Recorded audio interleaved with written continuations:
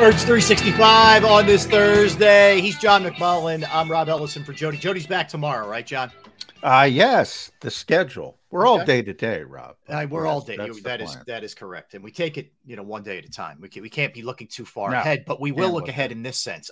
So unfortunately, no Milton Williams. They changed up his training schedule, so he's not going to be able to make the show today. But as you mentioned, you will have Zach McPherson tomorrow, so you get a chance to talk to him. He's a guy who kind of goes under the radar, John, but we don't talk much about, and maybe he'll get an increased role this year. You never quite know. That should be interesting. What are your expectations of him this upcoming season? Well, Zach is interesting because remember his first 2 years, this will be his third season. He was the top backup outside corner. So, one of the problems for Zach was Darius Slay, we talked about health, stayed healthy both seasons for the most part when he had a couple concussions in game or concussion scares, and he got to play a little bit. And then remember 2 years ago with Steve Nelson showed up 2 days before camp, played every single game, Rob. And last year, Bradbury, all 20 games, complete health. So, Zach never got the opportunity to get a lot of playing time. And, it's good. It's good that the Eagles stayed healthy. Not great for Zach. He didn't get to show off what he can do.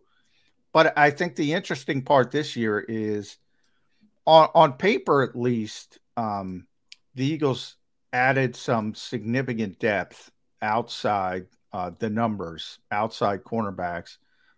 Starts with Calais Ringo, the rookie fourth-round pick, who's a natural sort of outside corner, and Greedy Williams, who was, for people that don't know, a one-time second-round pick in Cleveland, has talent, and we'll see how he can do.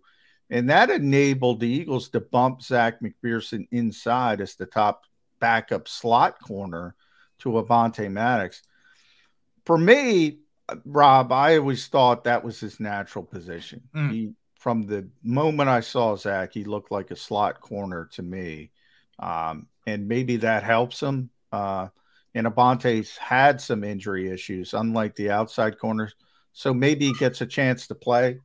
You don't necessarily want that. Right. Because you have three very good starting corners. But I think the added depth on the outside allows them to put Zach in his more natural position. And,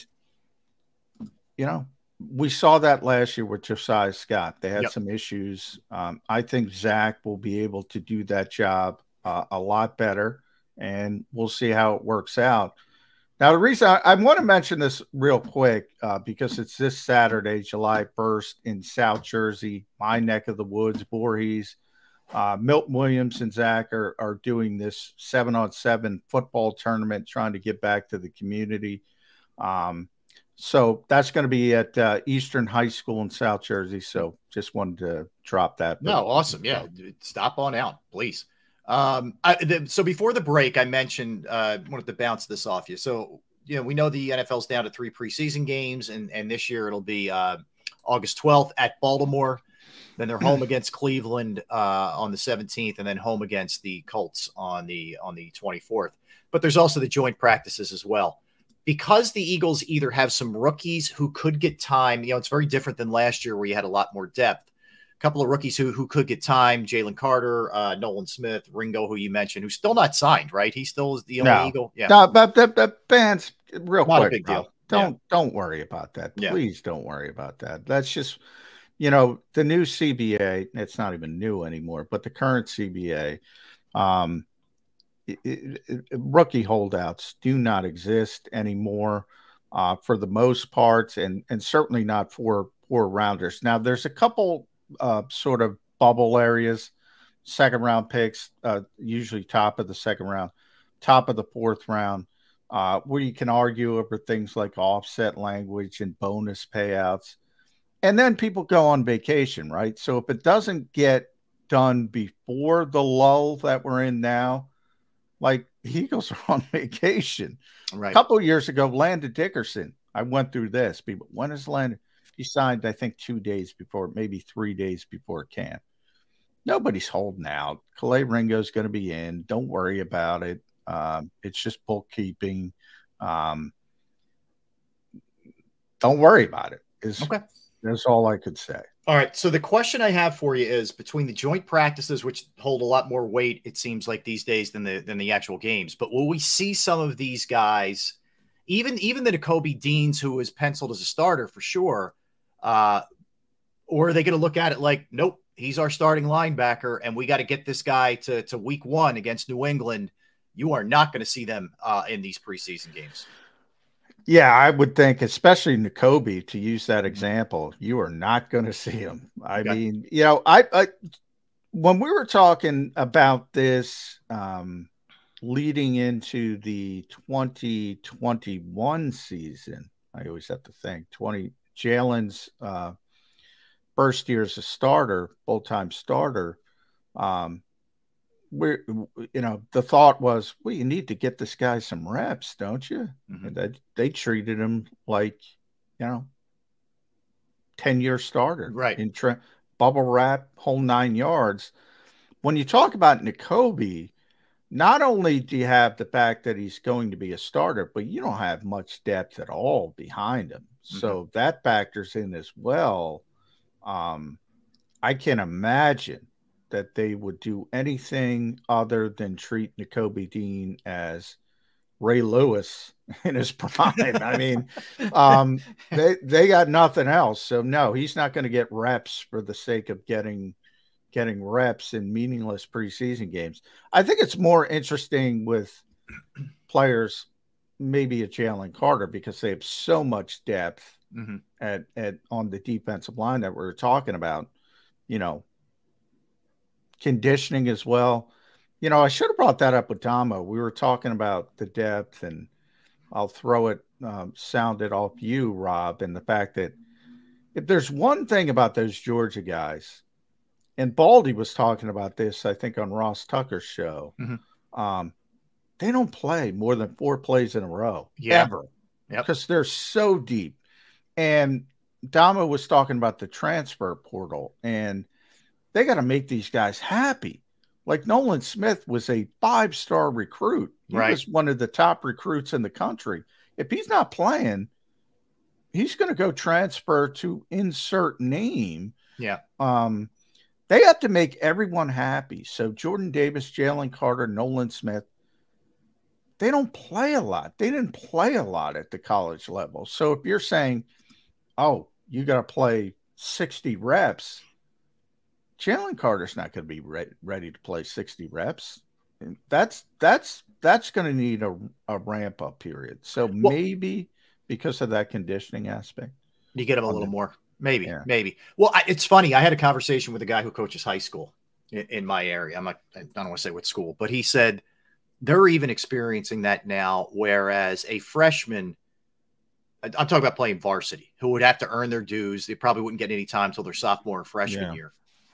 They get him a couple of touches on the varsity level so they don't transfer.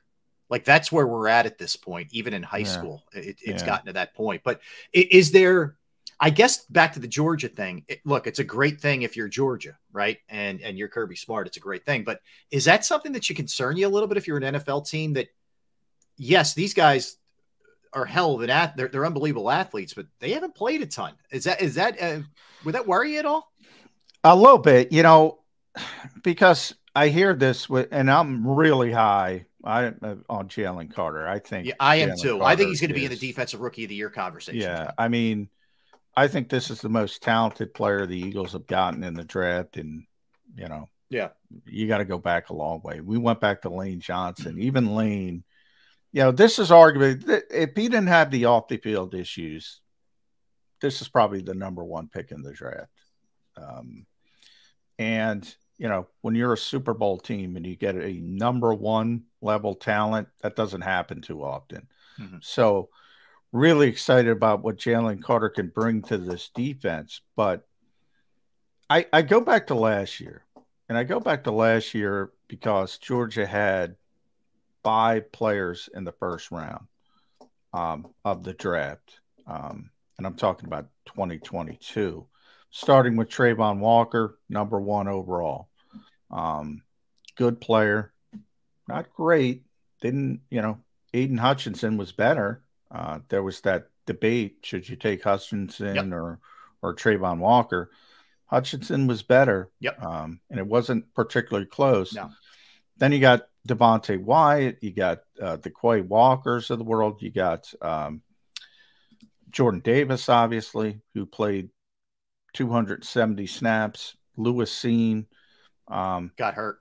Barely played, but he did get hurt, but he was their forced safety before he got hurt. So it wasn't like he was going to play. So the assumption that, they're from Georgia, they're going to be great. You don't have to go back very far to understand those startup costs that I was talking about at the beginning. Everybody goes through it. And Carter, a little bit different maybe because he's so talented. He's so gifted. But, pump the brakes at least a little bit. How about Davis? You and I haven't talked about Davis. I'm very much in the, it's like everything else. We're in such a microwave society that we want to make these pronouncements, after 5 minutes. I'm very much in the, like, can we just see what this year looks like, where he's going to get more time and he's got a year under his belt to understand what it means to be a pro. But some others are going to write him off, and others, he's going to be the most dominant defensive tackle since, Warren Sapp. Like, where do you fall with Davis?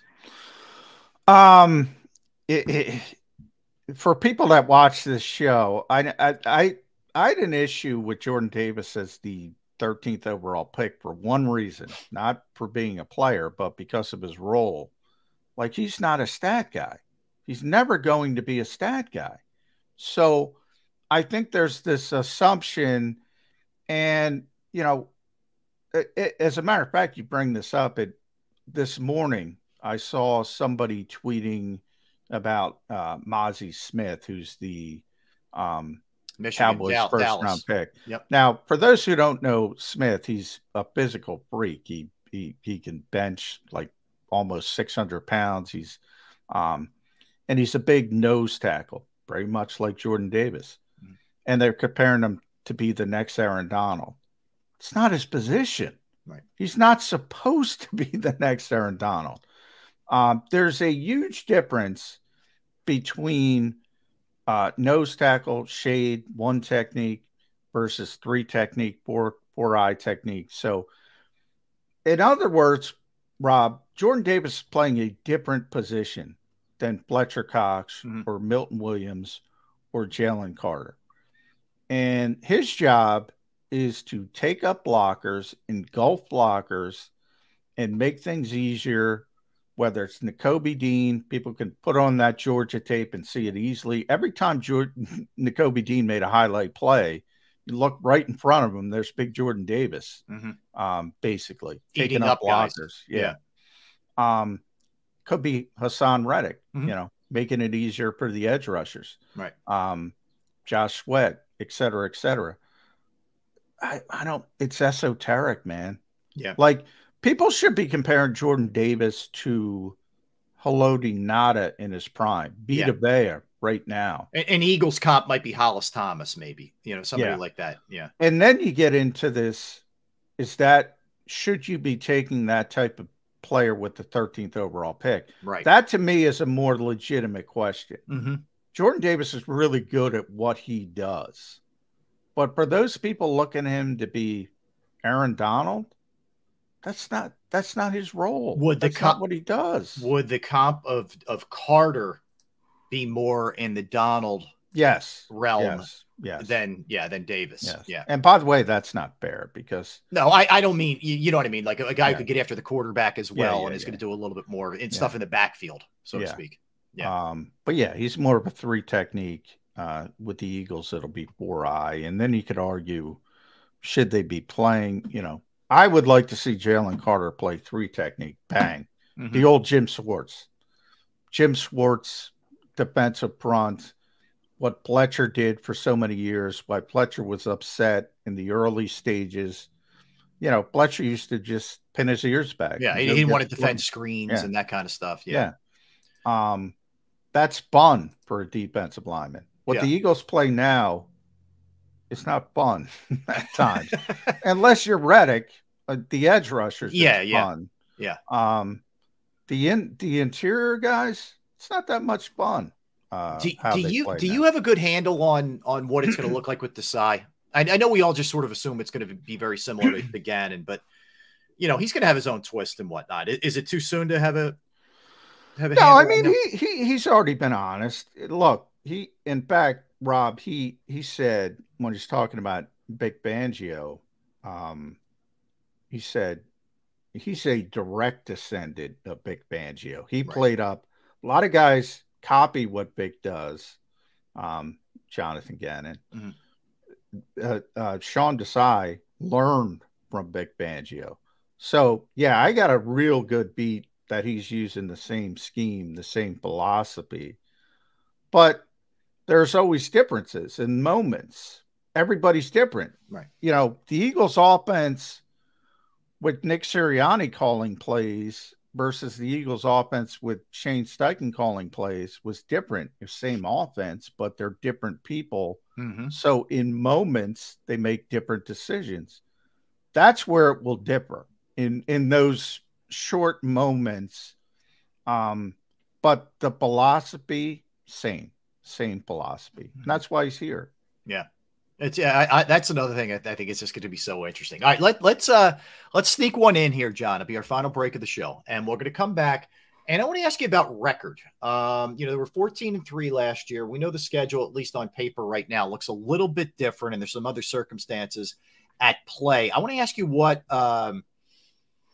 record you think can win the NFC East. All right, so we'll discuss that when we come back. A lot more to do, that's for sure. Don't go anywhere. He's John McMullen. I'm Rob Ellis, in for Jody Mack on this Thursday. Birds 365.